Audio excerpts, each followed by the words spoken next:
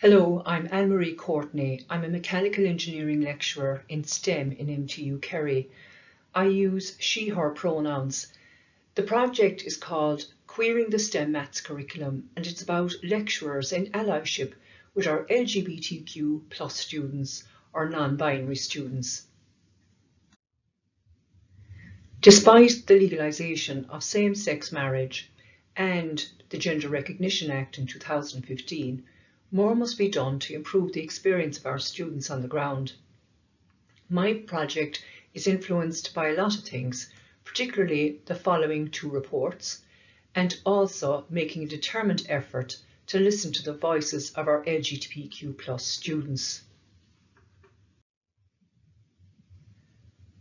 This study was conducted by the Belong to Youth Services organisation in 2019, and it's a school climate survey that documents the experiences of lesbian, gay, bisexual and trans young people in Ireland's schools. The study presents the harsh realities of LGBTQ plus students at second level in Ireland. It was the largest study of its kind, with 788 students from around the country surveyed.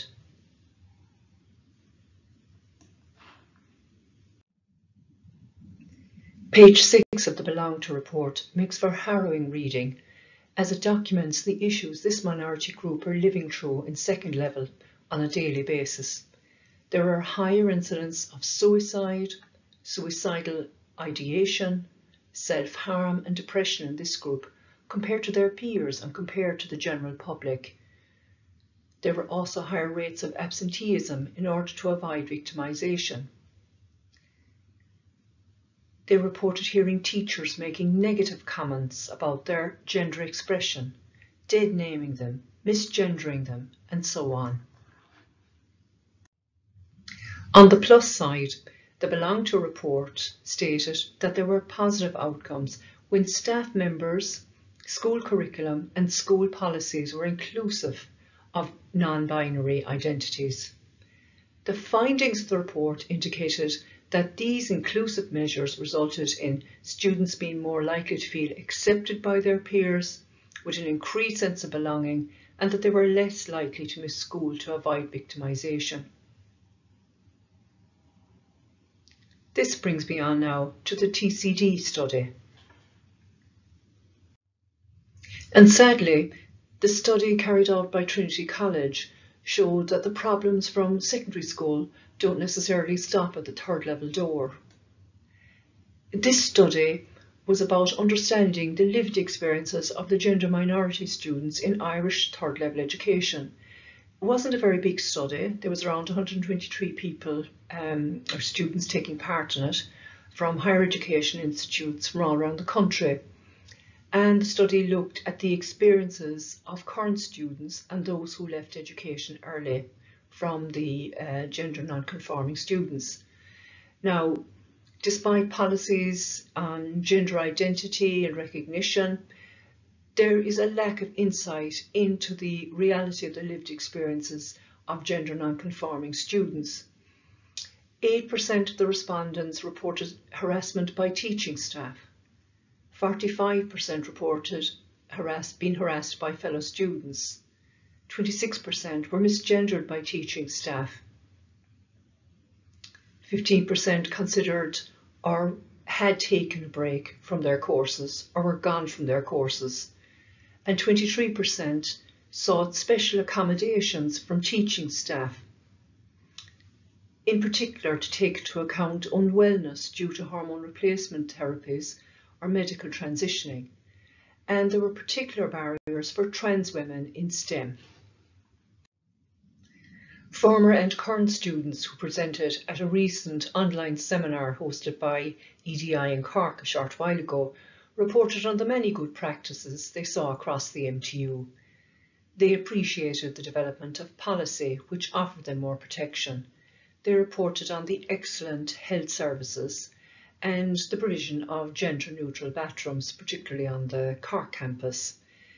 On the staff side, they spoke about colleagues of ours who actively stand up for students, colleagues who interrupt bad behaviour. On the other hand, they would like staff to attend awareness training, particularly on complex genders and gender stereotyping, the use of pronouns, why dead naming and misgendering is of concern to them. So back to my project. Its goal is to research and develop strategies to enhance inclusion, recognition and visibility and belonging of our non-binary students who are taking specifically mathematics or maths-related subjects. So why did I pick maths as the focus of my project? Well, I see mathematics as a gateway subject for entry to so many career paths. And it's vital for our students to be successful in maths in order to access careers in these areas. Its language of symbols and equations may lend it to being treated as a neutral subject, particularly neutral to social issues, unlike subjects like politics and social care, law, and so on. The word queering is in the title of the project. Queer is traditionally thought of as a derogatory term, but it has been reclaimed by the non-binary group as a synonym for challenging or questioning. I'm borrowing the term for questioning of our teaching practices and content to bring about a more inclusive curriculum and enhancing belonging. Just to explain a bit more about belonging using a different example, if videos to promote engineering as a career feature only males doing engineering stuff, then how can women see themselves as engineers? And in the context of my project, how will non-binary students see themselves as engineers? So I'm throwing down a challenge to lecturing staff. I'm asking you, how queer is your curriculum right now? Have you taken the needs of all your students into account? You might be more mindful of some minority groups more than others, such as students with learning differences or those who have a disability, but are you extending the same mindfulness to your non-binary students? If you were to examine your pedagogy, your delivery, your contents, notes, assignments, activities, reading lists and so on, would you find stereotypical content which ignores a non-binary identity? As this is a reflective process, it might also bring up issues related to your own level of comfort, your biases, and what you're happy to do or not do. So this is a grassroots project, commencing with the setting up of a learning group for sharing resources, reflections and feedback, and the group will consist of lecturers and students. Dr. Joan Cleary and I are the project leads. I'll be coordinating the project and doing most of the research, and I hope to translate the inputs of the learning group into open education resources, which can be shared with everyone, and will also run some workshops during the year. Joan will be involved in the development of standalone maths-related resources in the area of statistics, particularly in the area of school climate reporting. In the next few slides, I'll give you examples of some ways for making your curriculum more inclusive, and hopefully they'll allow you to see what can be done. Ideally, it would be great if you come up with your own ways that suit you, which you might allow me to share with the rest of the learning group and other staff members. I'm recommending that you add a diversity welcome statement in the introduction to your module. I believe this can have a significant positive impact on the learning environment itself. It isn't about outing anyone, including yourself. Privacy has to be respected. And whereas the MTU have policy in relation to diversity and inclusion, creating your own statement is a more personalised approach. This diversity welcome statement can be inclusive of the other minority groups under the headings of race, ethnicity, religion, age, family status, and so on. I'm building a repository of examples of these. Even taking an open and honest approach that you're new to this and acknowledging that your content might be a bit stereotypical at the moment, but you're going to tackle it, and maybe asking your students to give you feedback, will all reap benefits. When you're speaking or discussing famous mathematicians in your class, You might consider including non-binary mathematicians. Turing is usually referred to, but why not direct the students to websites like 500 Queer Scientists, where students can learn about role models who they can identify with, people with the same issues as them, people who have succeeded. The site has a filter for mathematicians and location as well. Sadly, there are no Irish examples to date, but maybe that will change with your input. The following examples involve making some structural and content changes to your curriculum. Can you consider replacing he, she pronouns with more neutral pronouns like they and their? Replace stereotypical images used in your notes and assignments. Consider the introduction of new learning activities. Querying maths concepts. Is it possible to query trigonometry? The changing of textbooks and reading lists for ones that are more inclusive. And this is a social action example, and it could be carried out as an assessment, and it could be set for different levels and complexities.